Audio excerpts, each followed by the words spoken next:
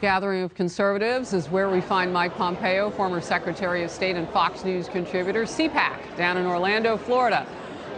Former Secretary, I want to get right to the point of why we are exactly where we are, waiting 30 days for these new sanctions. Half measures, some calling it not even that. Senator Cotton says not even that much from this president. What is he waiting to see? Harris, I think it's unexplainable. It's been a day late and a billion rubles short the whole way. We've been on our back foot. We've allowed him to dictate the pace, the speed.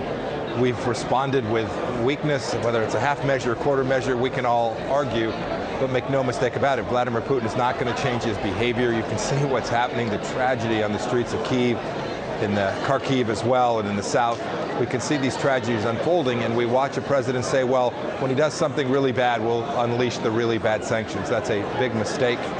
We should fire up American energy, we should provide it, and we should give resources and capabilities so that the Ukrainians can continue this fight as long as it takes. One of the videos that we've seen burst in this is from the president of Ukraine, Zelensky, on one of the calls that he did. He said, look, you're not doing enough. He called out Biden and NATO. I do want to ask one quick question before we move on. War crimes. We're reading about hospitals being hit. I saw one with a NICU unit, and they were trying to keep the babies calm and alive without a lot of energy, without a lot of utilities. Things are happening. When you invade a sovereign nation, isn't that a war crime? Where does that put Putin? I don't think there's any doubt that Vladimir Putin will have blood on his hands sufficient that we will find that he committed true war crimes in the tradition that we have seen, right, where the most horrible sets of acts against innocent victims, knowing you weren't conducting a strike against a military target far outside the rule of law. I think when the facts unfold here, we'll see that that was not only what happened, Harris, but that was part of the Russian strategic objective. It's how they intended to conduct this fight. That is heartbreaking. And necessary for us to go after him. The Wall Street Journal editorial board outlining what it calls Putin's new world. Quote, Vladimir Putin's invasion of Ukraine early Thursday marks the failure of Western deterrence and a return to the age of authoritarian conquest. Now we'll see if Europe and the U.S. awaken from their illusions of eternal post-Cold War peace and security to address the new world order. Your response? We can get it back, Harris. America is a powerful, great nation. We know how to do it. We did it for 4 years in the Trump administration. When we put America first, our friends knew they wanted to be our friends, and our adversaries knew that they dare not tread on the United States. We didn't send 50,000 soldiers every place to fight, but we made clear that there were things that mattered to us here at home, things that mattered to the American people. When you do that, Harris, the bad guys, Vladimir Putin, Xi Jinping, Chairman Kim, they all take note, and they behave in ways that are different from what we're seeing unfold today in Europe.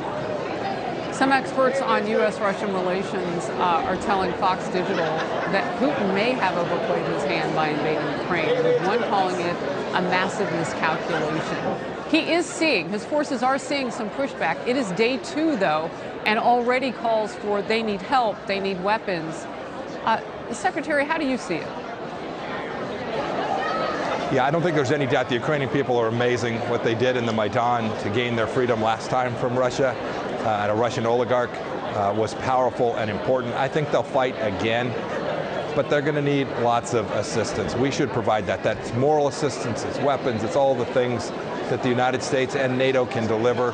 It's important, Harris, that we do that. We need to make sure that the point that was made earlier, that this might end up being very costly for Vladimir Putin, turns out to be true. We need to make sure there are real costs imposed on him, not only today and tomorrow, but for as long as he occupies a country that he has no right to be in. Are we at a point where we're looking at a new world order? Harris, I'm very concerned about a set of cascading risks. There's no doubt that Xi Jinping is watching this, Chairman Kim. Today, Harris, even as we sit here, we're sitting on the same side of the negotiating table with the Russians in Vienna negotiating a new nuclear deal. I mean, that's just nutty to think that you're going to have the Russians as your partner in a deal with Iran to protect the United States and Israel from a nuclear weapon in Iran.